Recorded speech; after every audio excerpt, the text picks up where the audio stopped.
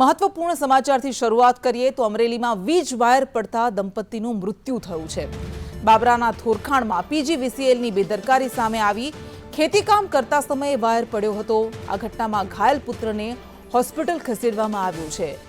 અમરેલી બાબરાના થોરખાણ ગામે મજૂર પરિવાર પર વીજ વાયર પડતા પતિ પત્નીના મોત થયા છે। પુત્ર ઘાયલ થયો છે। થોરખાણ ગામે જ્યારે તેઓ ખેતી કામ કરી રહ્યા હતા ત્યારે વીજ વાયર પડ્યો હતો। પીજીવીસીએલ વિભાગનો અચાનક આ વીજ વાયર તેમના ઉપર પડ્યો। મૃતક પતિ વનરાજભાઈ ચારોલિયા, પત્ની રેખાબેન ચારોલિયાનું ઘટના સ્થળે જ મોત થયું। વધુ વિગત સાથે સંવાદદાતા સૂર્યકાંત ચૌહાણ આપણી સાથે જોડાઈ ગયા છે। જી સૂર્યકાંત, શું વધુ વિગત મળી રહી છે આ ઘટનાને લઈને?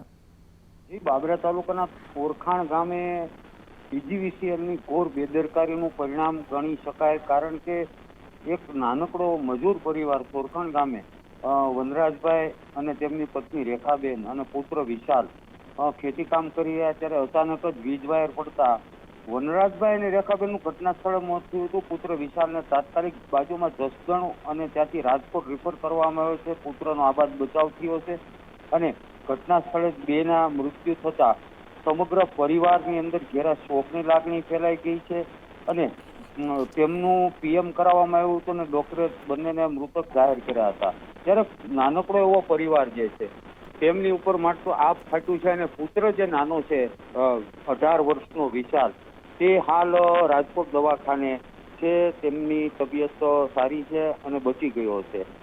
જી, આભાર આપનો તમામ વિગત માટે।